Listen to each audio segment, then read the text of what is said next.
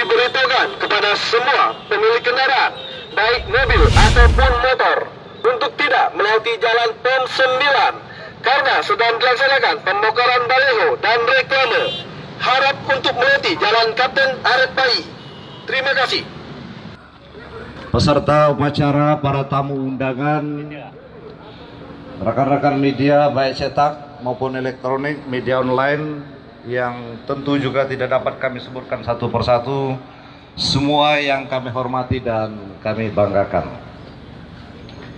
Pada kesempatan yang baik ini, marilah kita panjatkan puji syukur kehadirat Allah Subhanahu wa Ta'ala, Tuhan yang Maha Esa, yang telah melimpahkan rahmat, nikmat dan hidayahnya yang tak terhingga, khususnya pada hari ini.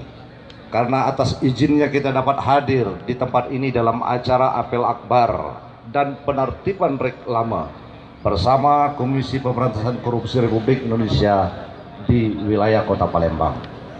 Kita ucapkan selamat datang kepada Bapak dan Ibu rombongan KPK, terutama Wakil Ketua Komisi Pemberantasan Korupsi Republik Indonesia yang hadir pada saat ini.